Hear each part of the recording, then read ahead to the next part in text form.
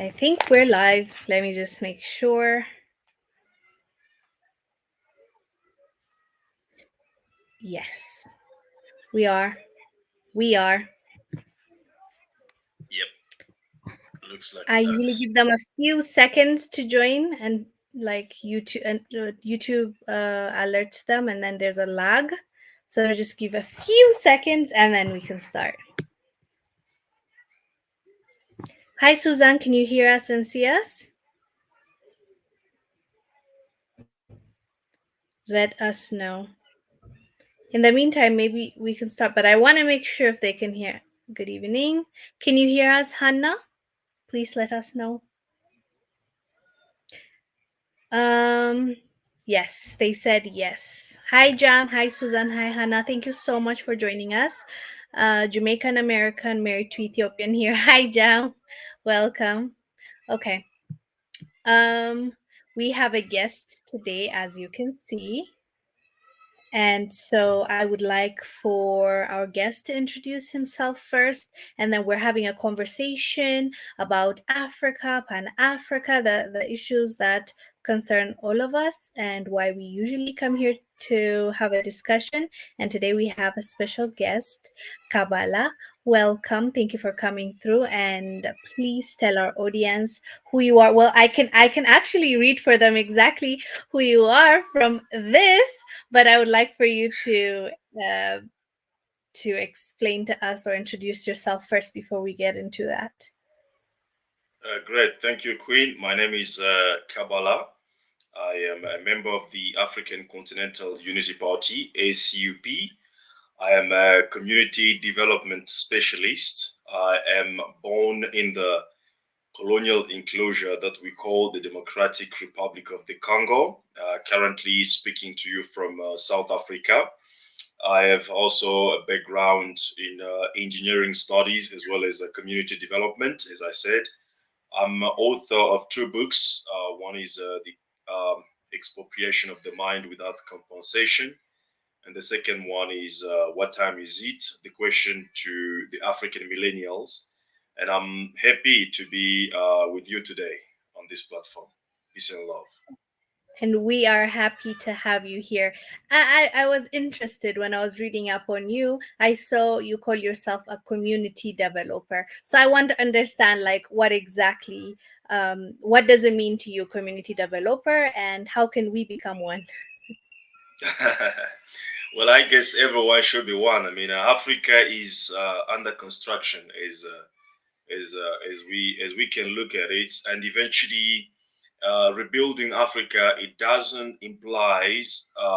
imply really focusing on the development of buildings, highway, bridges, all those kind of stuff. Even though they are necessary, the first thing that needs to be rebuilt is the African men and African women themselves in terms of communities.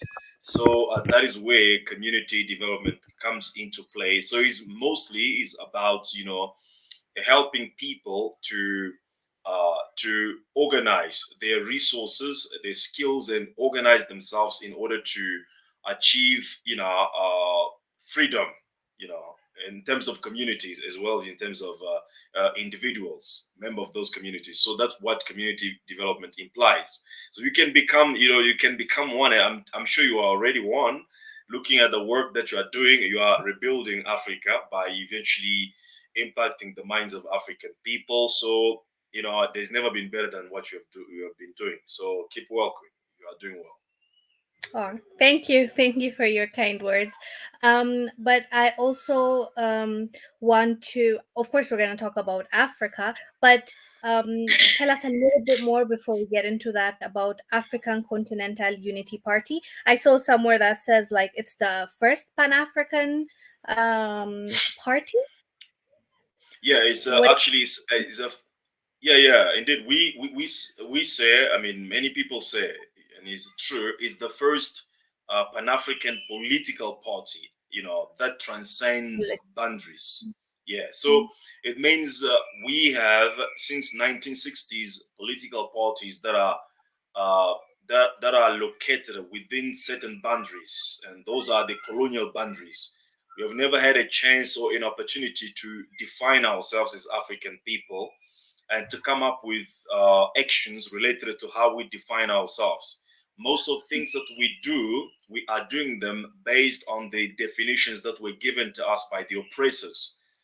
So it is time that we then begin to redefine ourselves. For example, so we don't want to have that kind of political system that is working within the boundaries of colonialism, such as a party solely for Nigeria, for Ghana. All of these are, colonial boundaries. So we came up with a political movement that is that is actually transcending the boundaries, the colonial boundaries, so that it can unite all the African family, those in the diaspora and those in Africa, for the one purpose, which is the rebuilding or reconstruction of Africa as a global power base. So that's how we define, ACP, or the African Continental Unity Party. And the most important thing that I can mention about it is that this is not an agenda of the elites. It's not something that has been intellectualized in a way that the masses of the people feel remote about it or do not relate to it. It is a movement that has emerged from the masses of African people, based on the needs that we have, all of us collectively, whether you are in the Southern Africa, in Eastern Africa, in Western Africa, we all have the need of freedom. So based on that, that's why we have come up with this movement. So to talk about, to explain simply about what it is, I would say that today we all have come to realize that the only way for Africa, the only way forward for Africa and for all of us as African people is through organization, which some people call unity. That is the only way left at this moment to solve our problem as African people. Since 1960s, we have tried different strategies that were inspired by the colonialists or by the oppressors.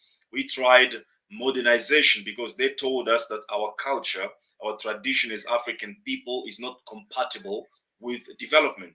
So for us to develop, we need to embark into what was called modernization.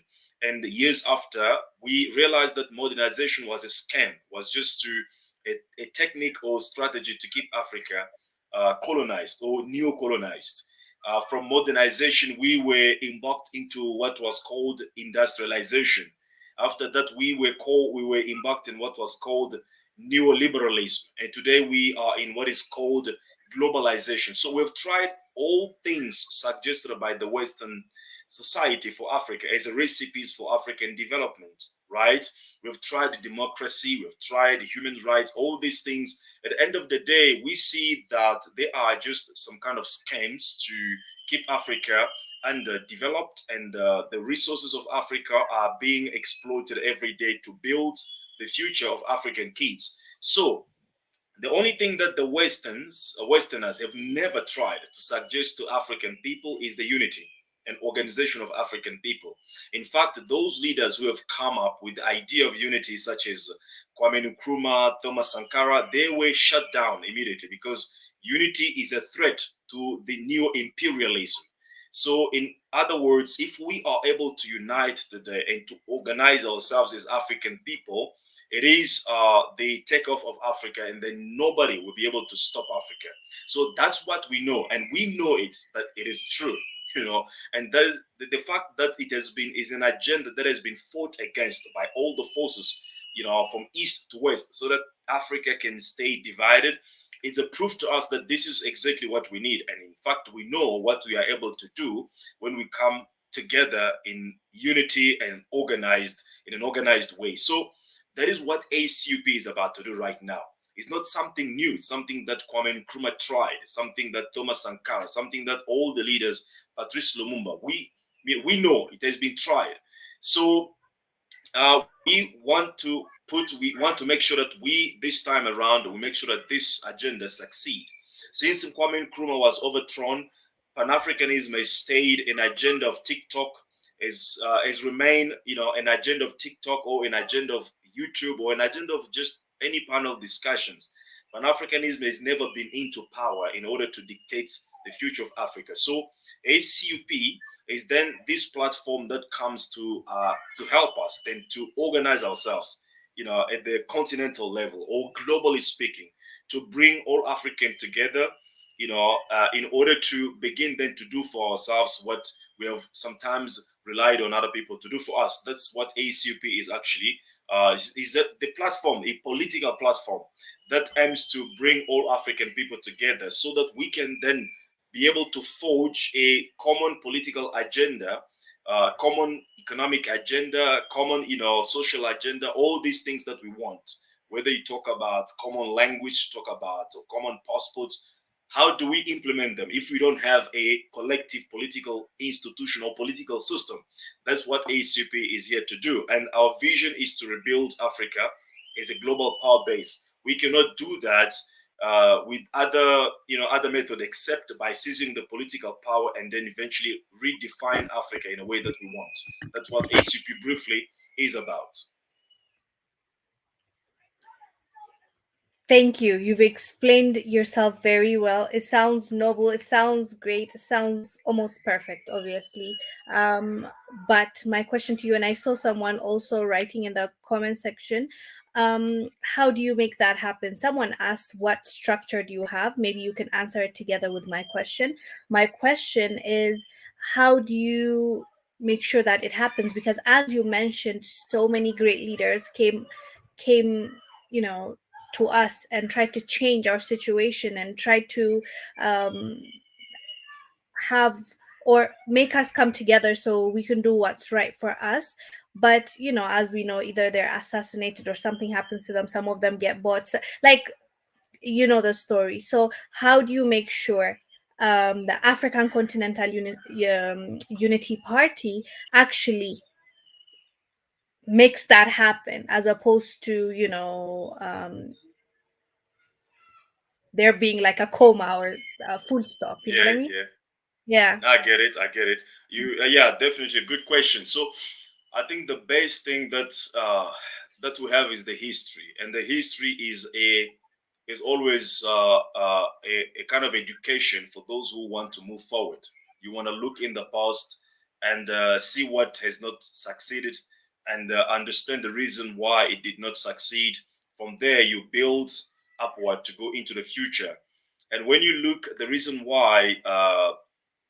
For example, Kwame Nkrumah, Thomas Sankara, Patrice Lumumba were easily kind of defeated by the imperialism is simply because they were at the center of the movement which they were championing. In other words, they were the main pieces of whatever organization they were leading.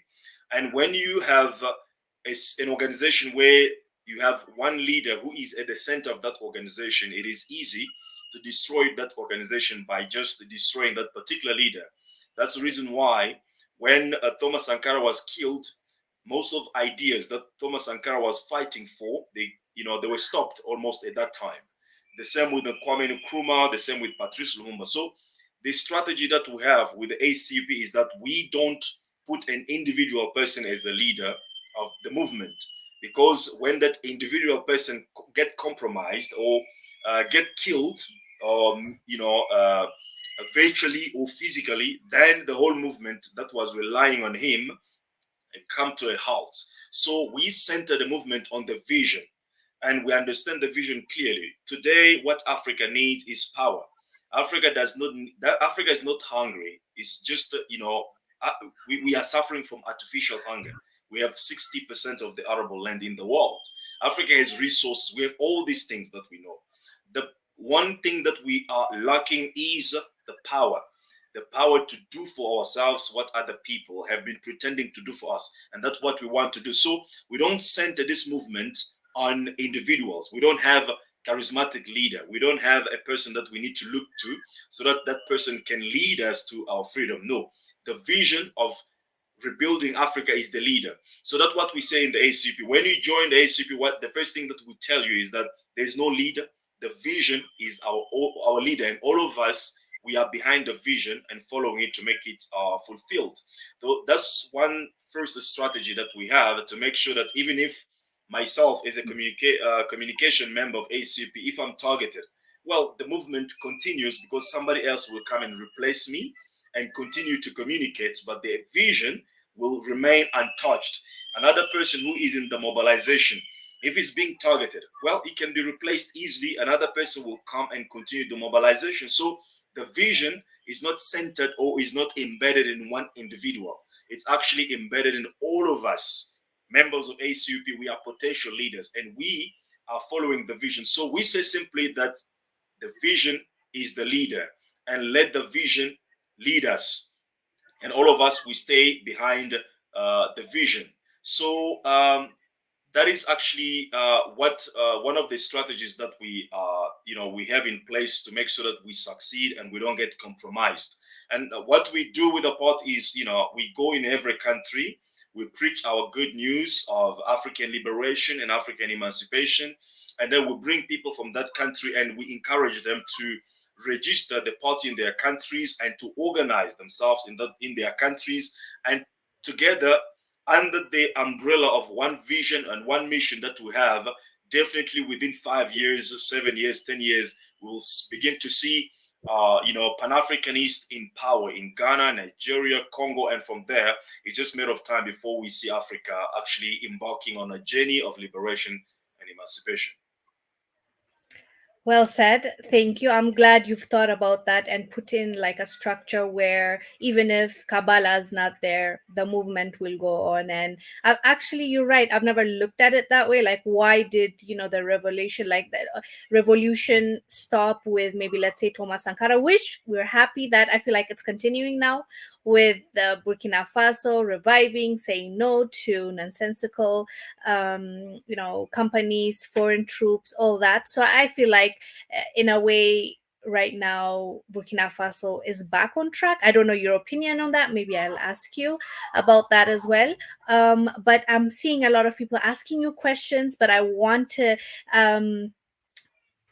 I'm not sure if if I push back the questions for later on and then we finish the conversation, or uh, we pick up the questions as we go so we can answer them. As I'm saying this, I've made up my mind. Let's incorporate the questions so that it's more like a conversation between our people here Beautiful. watching us and us. So yeah, let's just do that. But someone asked, what background are you from? I don't know. I think I'm not sure what exactly, because they also said economy.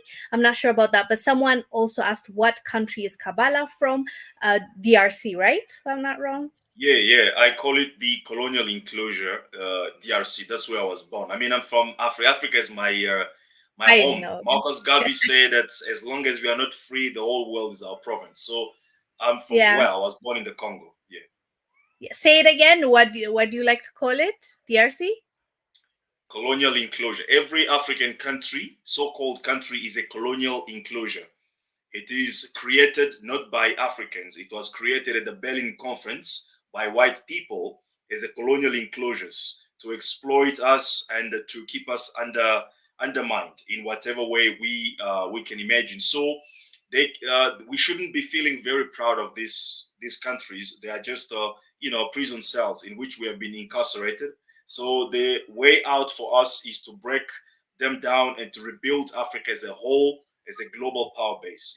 We like to think that we are looking for our Ethiopian solution. We are looking for Canadian solutions to what we believe is a Canadian problem, or what we believe is a Kenyan problem, or a Nigerian problem. But there's no Nigerian problem. When you look, we just have to sit down, begin to re-examine our situation critically. You will begin to realize that there was never a Nigerian problem.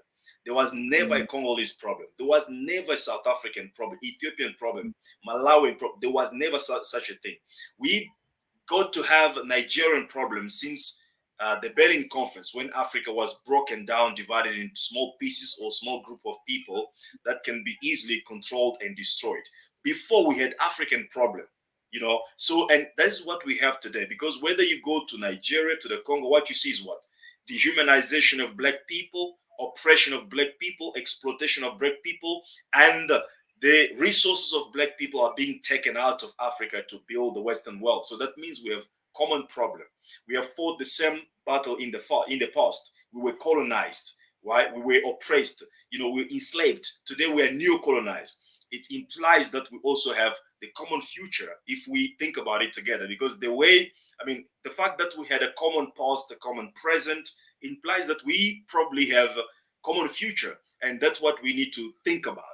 All this pride that we have about these countries. I'm Nigerian, I will die for Nigeria, you will die for Nigeria. Nigeria was never created by God, it was created by white person. You know, you can die, but the situation still continues. So we need to come out of these colonial enclosures and rebuild Africa as a global power base. It's only when Africa stands that every African person in the world will stand strong and will be respected. As long as Africa is weak, we won't be able to afford, a decent life in the world, no matter where we are.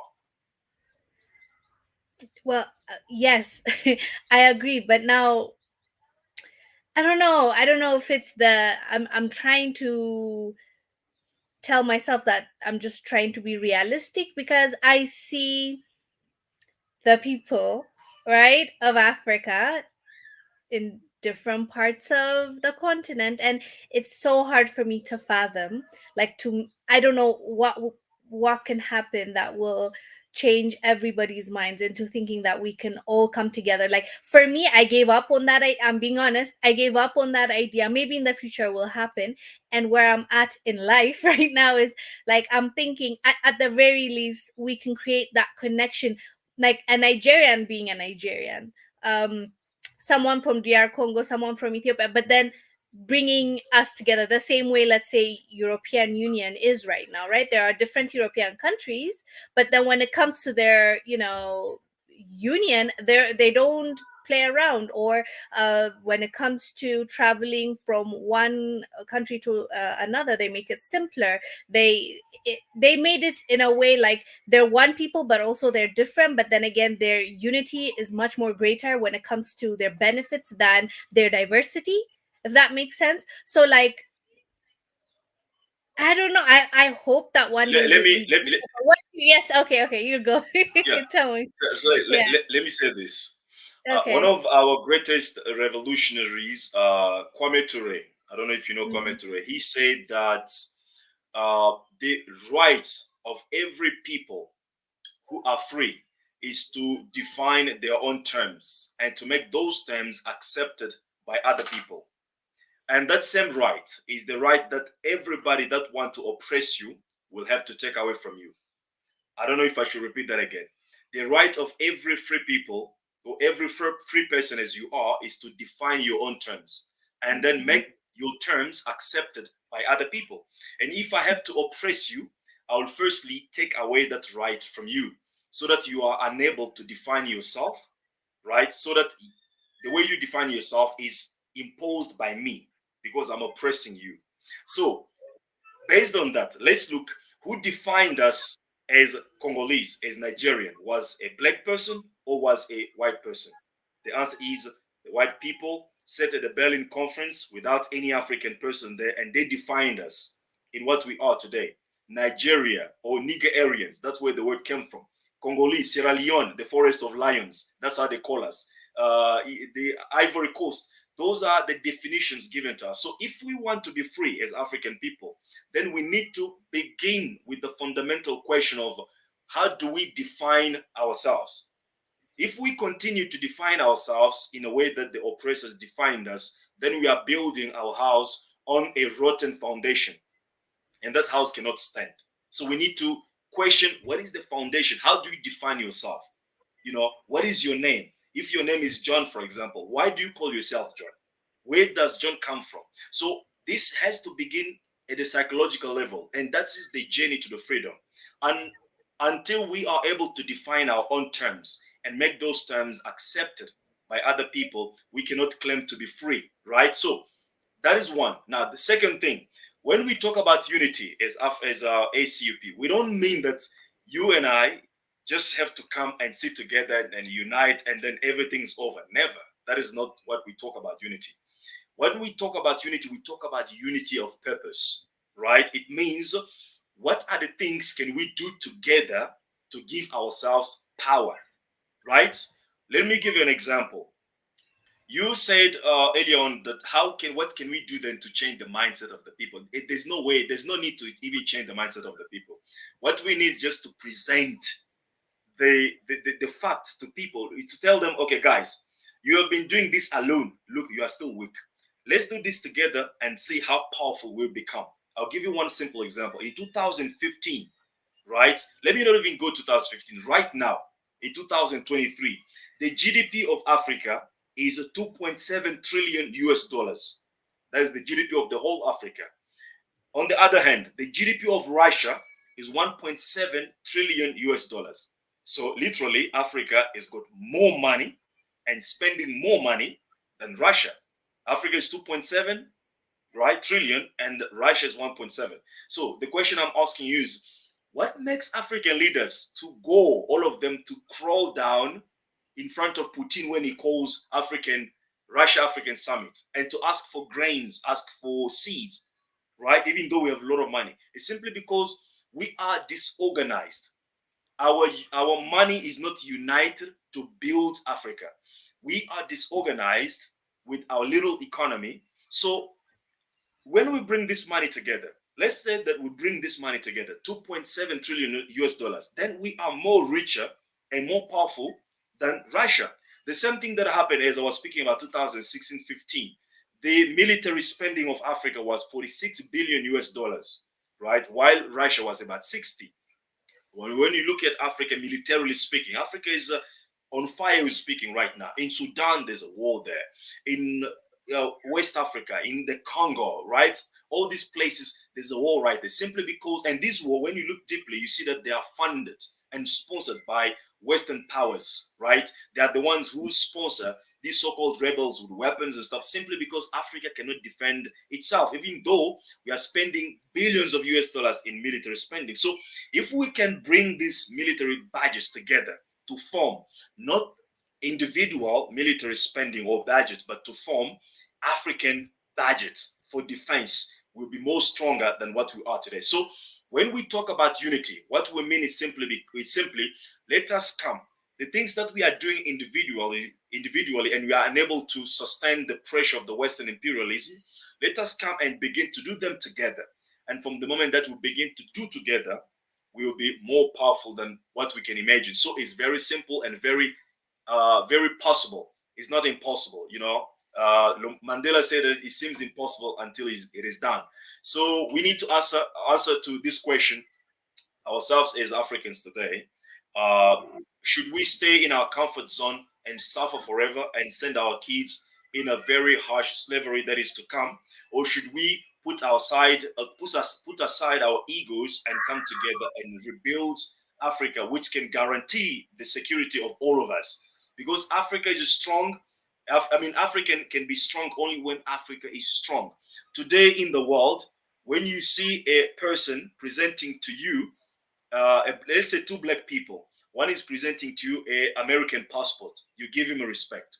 Another one is presenting to you Nigerian passport, you don't give him respect. Why? Simply because behind the person who calls himself Nigerian, there's no power that protects him. In the world today, every black person is taken for granted because there's no powers that is standing behind him.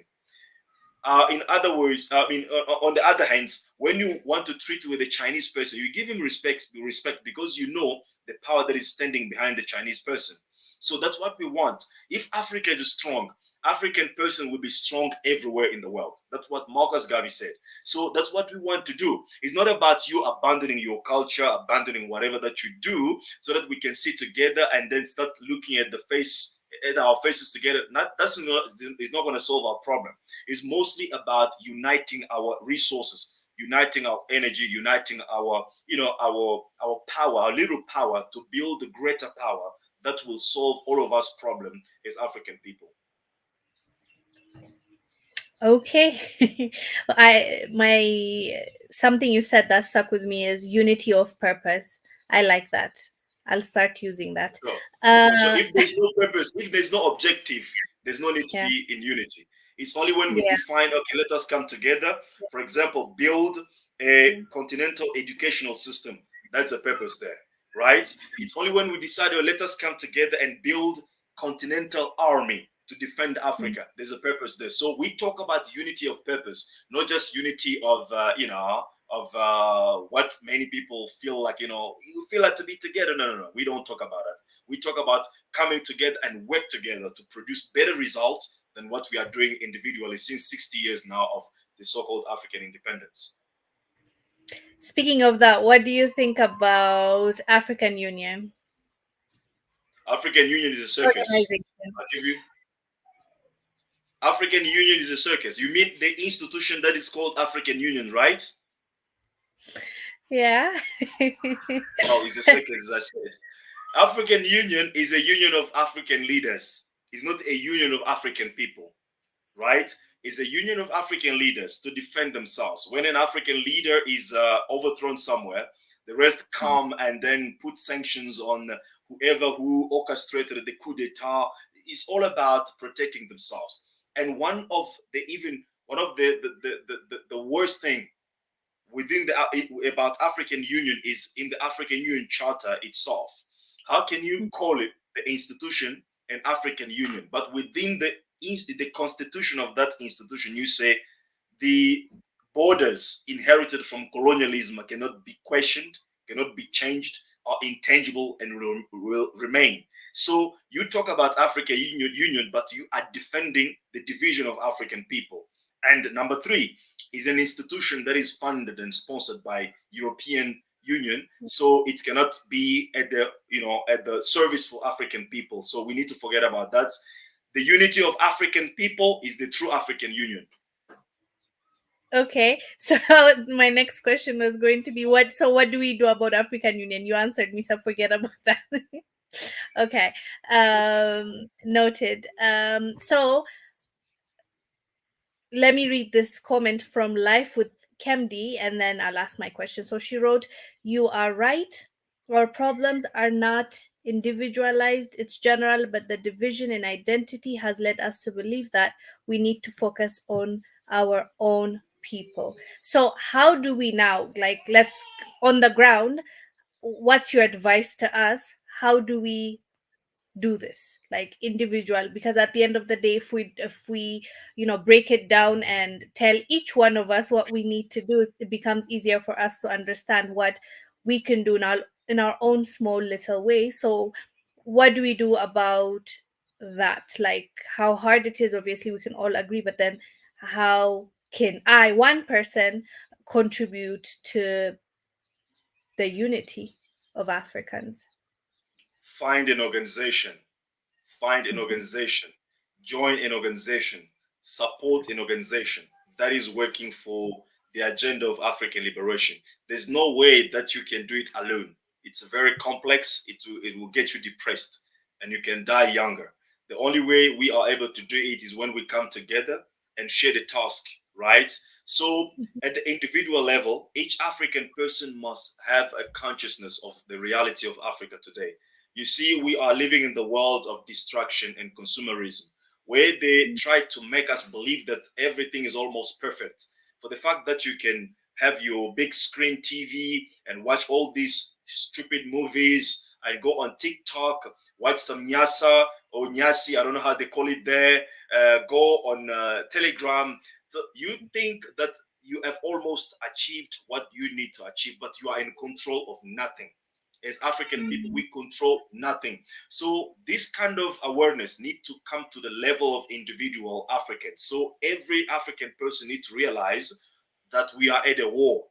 And at the war, we need to have a war mindset as African people. And for you to wage this war correctly, you need to join other people. So Kwame Ture said it simply in this way: when you organize little, you get little things done for you. When you organize sometimes, you get things done sometimes for you. But when you organize always, you always get things done for you. So it is time, even though we like to look into the leaders, what they don't do for us, but the question for us as individual African people, what do we do for ourselves? Mm, Because the only institution, the only organization that can speak for our needs is that only organization that we have formed for ourselves. We cannot mm, rely on the leaders or on the elites to bring solutions to our problems, because if that was really possible, they would have done that for the past 60 years that we have been expecting them. So it is time now that Every one of us need to take responsibility to question, what do I do for Africa? Right? The same way that we want the leaders to do something for Africa, we need to question ourselves. And the best way for you to find a, to even begin to do something is to join an organization that is working for the rebuilding of Africa. Any organization, not just ACUP, right? Wherever you are, the point is just join an organization that is seriously working to bring about change in terms of community as African people, not in change of not in terms of individualistic or in terms of um, individualism as being pushed by Americans. So join an organization, support that organization in any way you can, and that's how we be able to unite. And if you are a leader of any organization, find another organization and join it. Let's work together, form collective goals with other organizations. So the more we bring our organizations around common objectives, before we will realize it, you will just see that we have made a significant advance. So that's very important. Individually, join organization and let all of our organizations come together and form collective goals. What can we do in terms of economy? What can we do in terms of politics, in terms of policy, in terms of healthcare? We are able to do that. We are able to do that, and we have the power to do that in our hands right now as African people. We just need to wake up to the reality and begin to do for ourselves what other people have been pretending to do for us. I like that. It's practical enough, I think.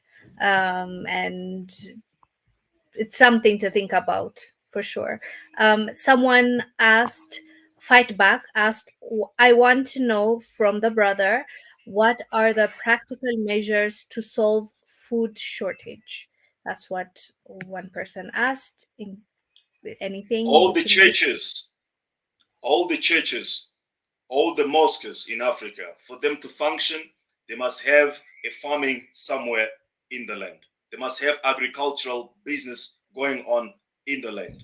So when you go to Nigeria, in every streets you find like 50 churches there. Everyone is talking about miracles. Everyone is talking about the wonderfulness of God, right? Let's begin to see that wonderfulness of God in actions. For the church to operate, it must have a farming activity going on somewhere. Can you imagine all those churches? In one street, you have 20 churches. Imagine all of them have a portion of land where they are producing food. Will Nigeria be able to import food from China? No. Will Congo be able to import food from China or from India? No. We'll be able to sustain ourselves. 60% of arable land in the world. Really?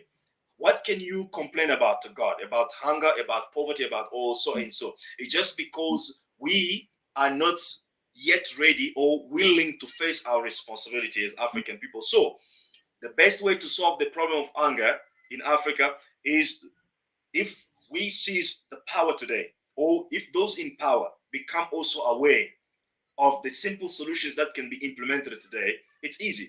Just matter of changing the policies and to make sure that for any church to operate, it must have an agricultural, activities somewhere. So the government needs to allocate the lands to all the churches, all the mosques, all the companies, especially those multinational companies working to produce food, not for export purpose, for local consumptions and also for trading within Africa, and we'll be able to reduce hunger to the level that you cannot imagine. Very simple, can be done, but the willingness. I think the Mm. most challenge is what somebody said, that's in Africa. The problem is that those with ideas, they don't have power, and those with power, they have no idea. I like that. um yeah, I think you answered Fight Back. And also, just recently I had the wonderful Edwina, I believe, you know Edwina as well. I had her on, and she just put it simply like, we have to grow our own food, everyone in their homes. Even if you have the, we say we don't have a backyard, we don't live, in the rural areas where there's lots and lots of land. No, you don't have an excuse. You can actually get those pots and grow something on your balcony, even the people that are in the city. So we underestimate like the power we also have, right? um back in the days our grandparents used to grow their own food, like and eat and survive. Worst comes, you'll eat something today, even if you're not the richest, the wealthiest, or you're not able to send even your kids to school, they still ate. So I think we need to go back to that mindset and stop depending on um, people or even our governments. As you said, we have to take accountability, I believe. So Quadwo said, thank you, King Kabbalah. We love you and we love the A cup. How do you say it? A cup. But can I say A cup or ACUP? Yeah, A Cup is beautiful. Yeah, of course. A Cup or ACUP. Peace and love, King Quado is my mentor. Oh, really? Okay, welcome. Thank you for commenting. AM said Africa needs to stop outsourcing its resources and find best ways to use its resources for all Africans. And I agree with that. But what are your thoughts on that?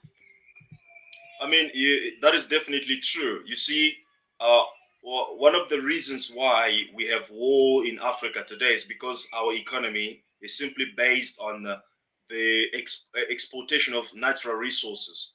If you wage a war, let's say you invade today, California or Silicon Valley, you will almost find nothing there as a natural resources that you can take possession of, because the wealth there and the economy there is based on the knowledge, is in the brain of the people.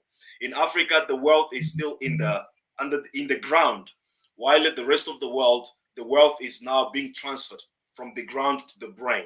Is what you are able to do with your mind that makes you richer and wealthy, not what you have to do with your land, because the resources of the land is is priced not by you but by the WTO, right? We don't fix the price to our resources as African people. It's the Westerners who are fixing the price to, to our natural resources. So is the person that who is able to use his mind to transform things into different products that people need, who is then able to create wealth. So simply to say, we need to shift our mind from, natural resources or from raw materials to the products that people need. So definitely, we need to begin approaching the wealth that is based on the knowledge, creative mindset, rather than just digging the ground, selling the dust, as we call it in Africa, and then getting peppers. It doesn't bring any creativity. It doesn't add any value. That's why we are still poor, and that's why we have a war, because the one who is waging war is waging war to take possession of natural resources. But when we transform our economy to make it an economy of an economy of the mind, it's going to be difficult for you to invade my country, because from the moment that you try to invade, like for example Silicon Valley, all the people that are there, all the Facebooks or the Googles, all the engineers that are there, they will fly to other countries, and you find yourself in the land which has nothing, yet it was the richest in America. So that's what I have to say to that. Well said. And I want you to answer to Fred Bantu, which I can also say something about it. Bantu said, solutions, please. We have enough analysis, which I agree with. But I feel like from everything that I have heard, um, you, Kabbalah is actually giving us solutions. And, but just to explain to Fred what exactly ECAP does, because I've seen there are a few things you've organized and stuff. Share with our audience what you are able to do and what you are fighting to do for Africa. Well, at this stage, we are still in that stage of organization where we try to mobilize, and organize African people. You see, a major change is brought by when you have the power, right? Actually, the revolution is done by those who have the power.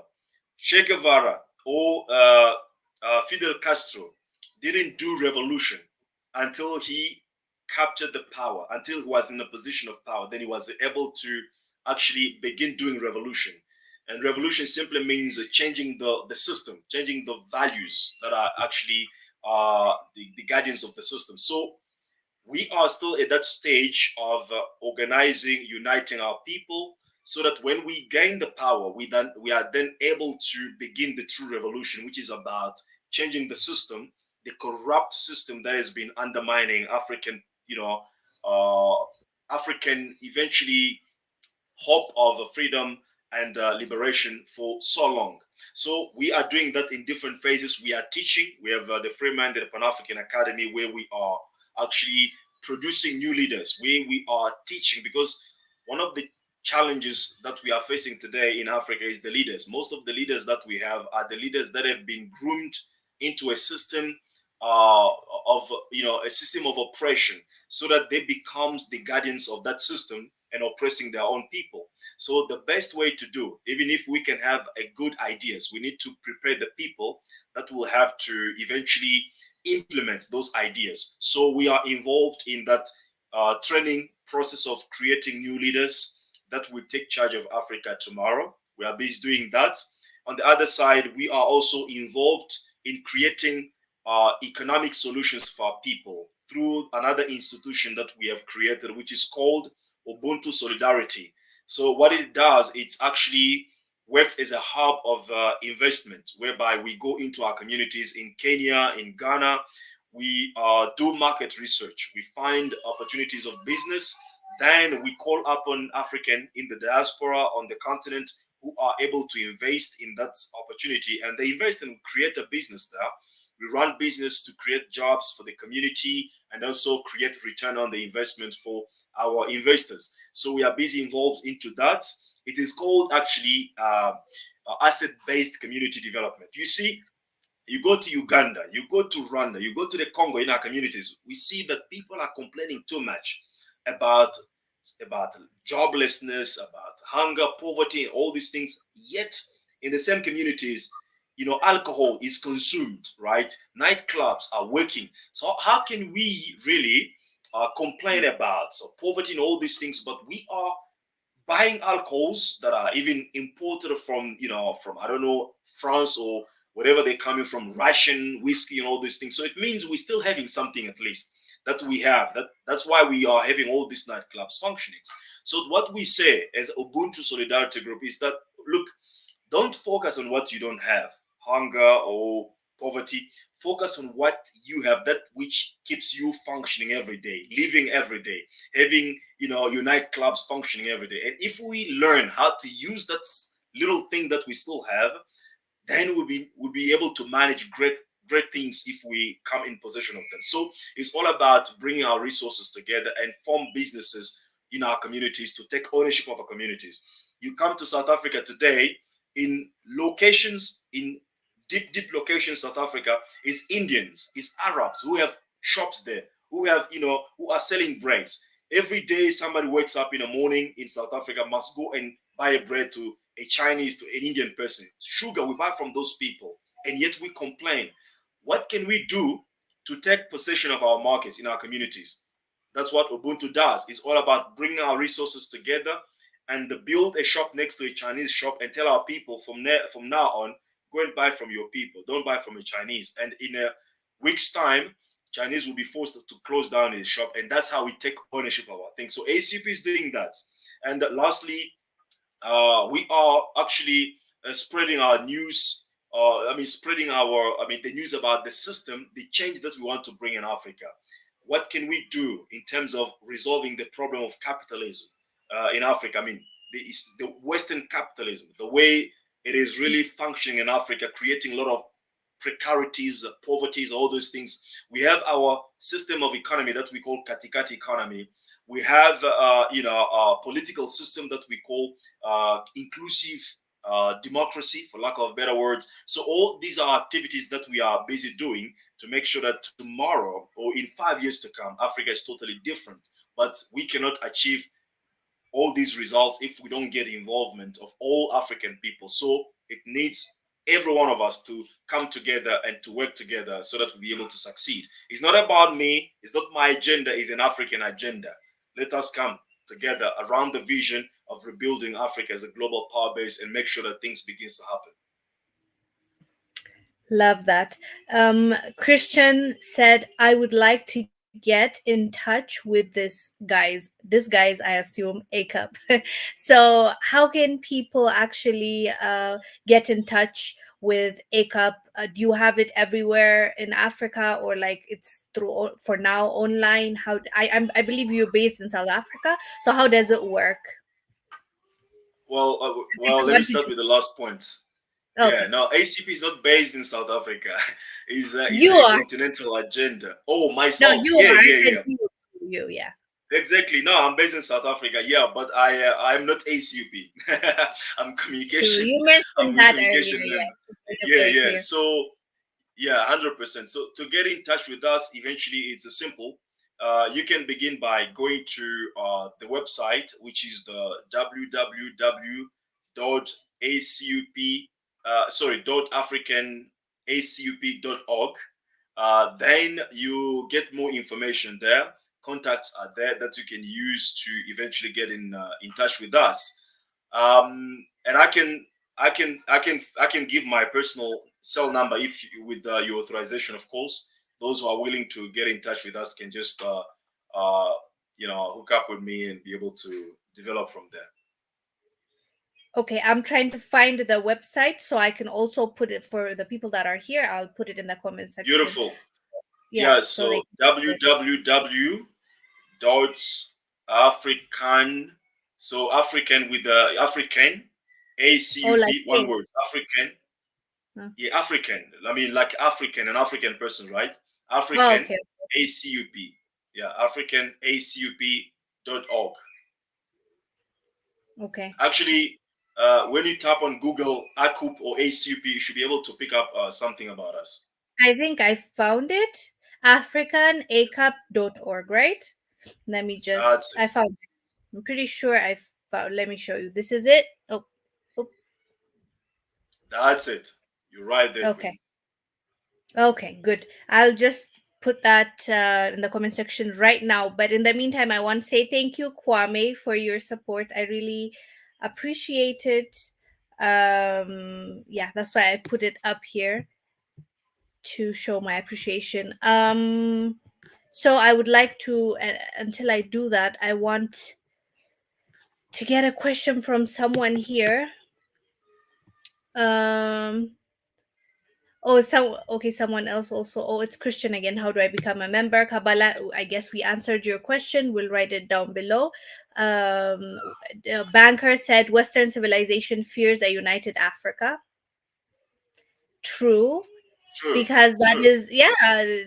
Why would they want that? Why would they True. want us to come together and demand for equality and demand for, you know, money basically for everything that they are taking right now? They're basically stealing our resources. It's not like there's fair exchange. There's no such thing as fair exchange.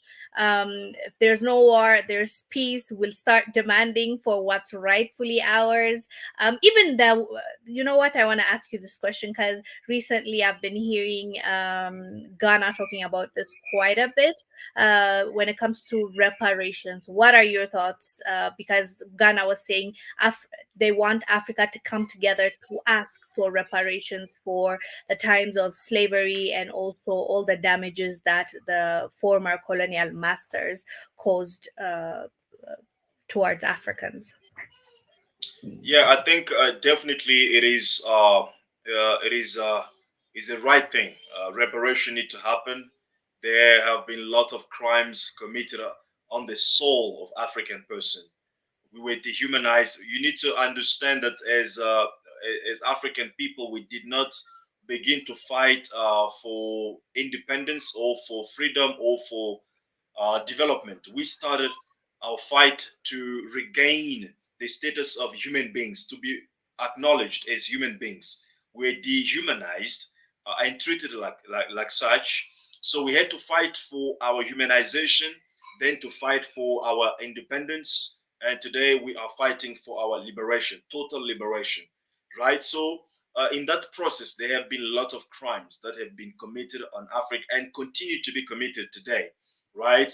By France, by America, the resources of Africa taken out of Africa, priced by foreigners who need those resources by themselves. So all these are crimes without talking about slavery, talking about colonialism, talking about all the millions of people that have been killed in the Congo, in Namibia by Germany, in the Congo by Belgium. So all these are crimes that need to be paid for. But I think realistically, for you to be able to get a true justice or reparation, you need to be in the position of power to impose that justice on the criminals. You cannot get true justice in the situation where the criminal is still the one who is in charge. He's still the one who is powerful. You don't get justice in that terms. Like for instance, if we are asking for we if Ghana is saying let us come together and ask for reparation, are we gonna get that reparation in US dollars, or are we gonna get that reparation in African currency? And what is that African currency? So you see, all these are the questions that we need to ask, primarily before we even go there, because you get it in US dollars, the American themselves can devalue their money the next morning, and that reparation that you got gonna save you to nothing. So first and foremost, we need the power, and once we have the power, we will set the terms and the condition of that reparation that we want. Right, so that's the first thing that needs to happen. We need to build the power base for Africa first. Once we have it, then we can now go to the criminals and impose or dictate the conditions under which they have to repay us for all the crimes that they've done. But I agree absolutely, and it is a position of ACUP. We agree totally with the fact that there has to be reparation. Germany had to repay the Jews, but that was only when Germany was defeated, not when the Germans were still in power. So we want to ask for reparation. Okay, our enemies or oppressors or the criminals, have them, have they acknowledged that they are criminals? Have we defeated neo-colonialism? So otherwise we'll be going to beg again, and just give us this little money, and we think that's a reparation. No, that's not how we do reparation. The criminal need to be brought to a bench, judged, and sentenced, and then he'll be able to pay, or to repair for all his crimes. And we need to do that, and we need power before we begin even that process.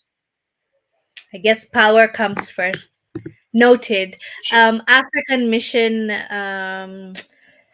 said, I just returned back from Ethiopia. I was denied entry to Kenya at Moyale border by Kenya immigration, but a Japanese brother was allowed in. These are the kind of things that happen that makes me really, really sad, because in a way, right now, the way we're programmed as Africans is like we respect people that don't look like us more than people that look like us.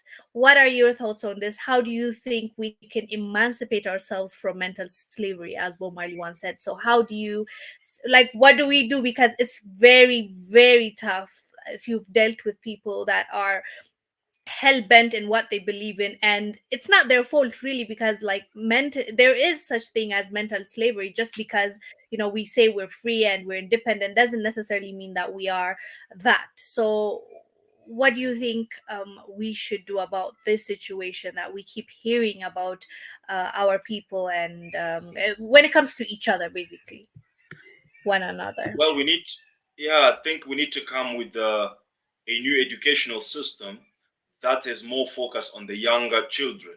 Frederick Douglass said once that it is easy to raise strong children than to correct a broken man. So the problem of mindset is critical, but it's really difficult for you to change an old man's perception of the world, because psychologically speaking, age 0 to age 7 is the critical age at which you can condition the mind, or you can actually condition the structure of the mindset of a person, and the things that you plant in the minds of the person from the age 0 to 7 are the things that you cannot change, in the minds of those people as they grow older. So literally, the current generation of Africa, in most cases, the mindset has been corrupted. They're having this mindset of self defeats. They don't believe that they are worthy to do something for themselves that the oppressors have been pretending to do for a long time.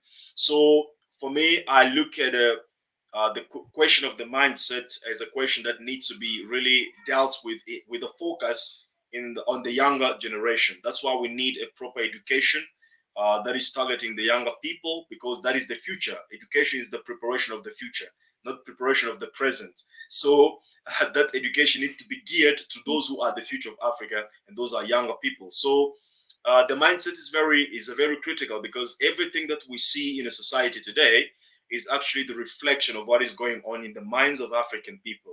That's why all the leaders, all the thinkers of the past agreed almost that as a man thinketh, so is he. You know, as a man thinketh, so is he. And if you want to change the situation of the man, you don't start by, or if you want to change the man, you need to begin by changing how he thinks. And that is through education, not through prison, not through incarceration, but through education. Because it's education, we call it the second nature of a people. The education that you go through creates in you the second nature or the second personality. That's what we need to do for Africa. And that's how we are able then to resolve the question of the mindset. Is it deeper than what we think? Is deeper than what we can imagine. So it requires a fundamental job to be done, and mostly to be done with the younger, young people in Africa, so that we know, the next generation that takes over Africa is a generation of true African, not of Negroes or of little British or little French or little Portuguese, but truly African kings and queens, prince and princes. I love that. And I completely agree with, working on the next generation, because they don't have to deal with what we dealt with. We can change that. Like, we are directly in control of their future, like what they're going to think about themselves, how they see the world, how the world basically will treat them in return, because whatever they will put out there, the confidence, them believing in themselves and them knowing the truth, is definitely going to impact how the world is going to now communicate that back to them. So I completely agree with that. And I know we're past the time that we were meant to finish this, but I want you to cover this topic, the single currency march. I want you to talk about that a little bit before we end this conversation. Let me give you the floor. Thank you very much, Queen. So yeah, ACUP or ACUP, the African Continental Unity Party. Recently, we had a march that we held in about 5 countries, actually 6 countries in Africa. It was a peaceful demonstration in support of Niger, Mali, Burkina Faso, and Guinea. And at the same occasion, we were saying no to sanctions in those countries. We know since the overthrow of Kwame Nkrumah, African, we have suffered at the hands of leaders who have been groomed through the agenda of neo-colonialism. So their job was to be the guardians of neo-colonialism in Africa. So what has taken place in these countries, Guinea, Mali, Burkina Faso, is the same revolution that Sankara did to overthrow the system and then to put in place at least leaders who can care about the people. Now, this African Union, the same African Union that you talk about, or the ECOWAS, they came up because it is a circus to protect themselves. They came up and supported sanctions that were inspired by Mm, France or instructed by France on these people, and the sanctions that are able to hurt the peasant, I mean, the simple people, the common people like me and you, so that whatever business that we do can fail. There's no economy, there's no job, there's no food, so that we can then begin to turn against the very same leaders who took the power and then protest against them.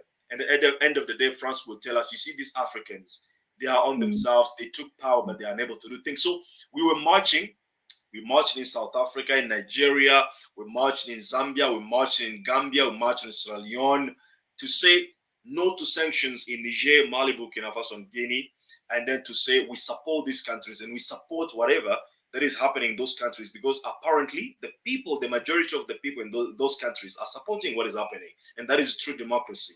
So we don't stop there. We are planning now next year to have now a peaceful demonstration or march continent wide for single currency, to ask for a single currency. We will be going to our parliaments, be going to our House of Representatives in various countries in Africa to ask them to begin not just thinking, because we have been or we are over that stage of thinking, to begin now a process of strategizing and implementing the the common currency or single currency in Africa, because we know, as we spoke before, about what is the unity means. This is actually what unity means, right? It's about coming up with single currency so that we can be able to do great things with a single currency. We know what we are able to do with a single currency. First of all, we will improve intertrade within Africa because currently we trade among ourselves only 17%.